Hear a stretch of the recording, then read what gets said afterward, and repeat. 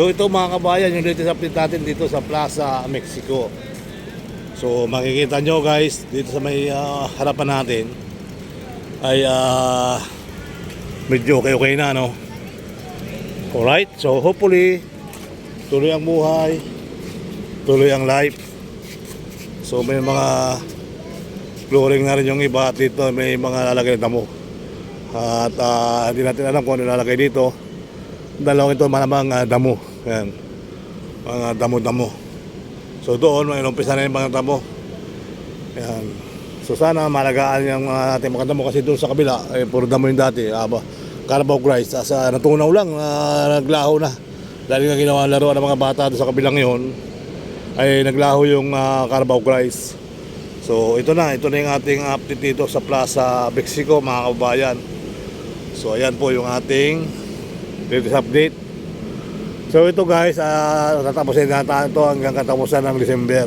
So makikita nyo naman parang pag na-open na yung mga bakod na yan, ngayon ang talagang tapos na mga kababayan.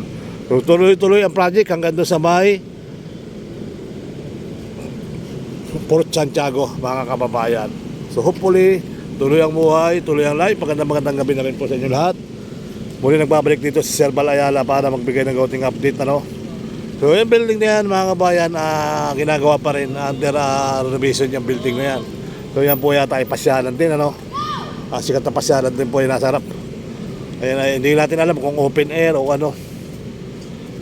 Sikat na pasyalan dito yan mga kabayan. Yung, may bubong pala, nalagyan na rin ng bubong na unti-unti. At tuloy lang ang buhay, tuloy ang life mga kabayan. May grab shoutout po sa Visayas Mindanao sa pinagpalang araw na naman sa atin. Sir Bal Ayala in the house. So tuloy-tuloy. At nakita nyo naman, nandito yung dito tayo sa ibaba ng Intramuros Bridge, ano. So yan. Dito kita nyo naman yung pinagbago ng ating Pasig Esplanade. So nandito pa yung mga ilalagay dyan sa baba kasada, yung mga arak na batong yan. Ayan. So nakakatuwa at di ba? Pahinayagin ko yan ng bike ko.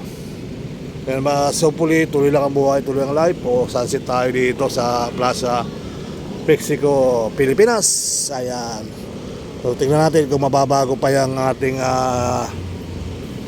Centenario number 4 de la Expedition Maritime Mexico, Pilipinas. Ayan, yan pala yung simbolo ng marine, ano mga kabayan, mga marine. Kaya pala mayroon tayong dyan, ng mga barko kumbaga sa isda, pangkawil. Ayan. So hopefully tuloy ang buhay, tuloy ang life mga kababayan. So ito na. At sa kabila naman, ayan ang ating update. At yung Ilog Pasig, nandiyan pa rin siya, malinis, may mga water relay pa ilan.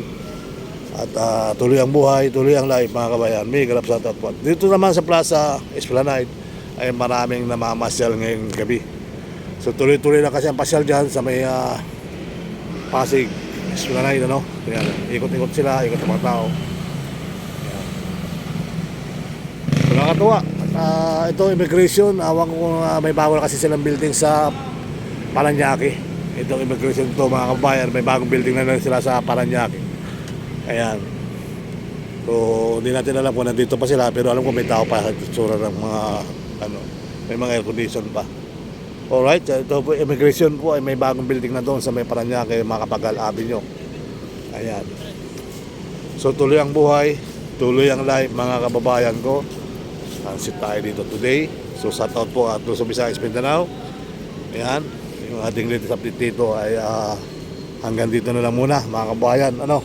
So walang pinagbago, tuloy-tuloy naman ang project. At ito naman nagbago na. At meron na silang latag na matibay na mga bato. Alright, so hindi naman natin alam pa lang, basta bato, simento, isa yan mga kababayan. Pasyalan ang tawag yan. Yan, mga palabasan, mga sayawan ng mga bata dito. Ayan. So ito nga mga kababayan, medyo marami ng damo natin dito, kaya lang at lalo nga ng mga ng mga pangalan na doon, ng mga sliding ng mga bata, no. So hopefully tuloy ang buhay, tuloy ang life mga kabayan. May garap sarat po sa Visayas Mindanao. So ito na yung ating latest update dito. At ito naman yung Pasig Esplanade Part 2, ano, Phase 2. Ayun, dami mga bata, oh.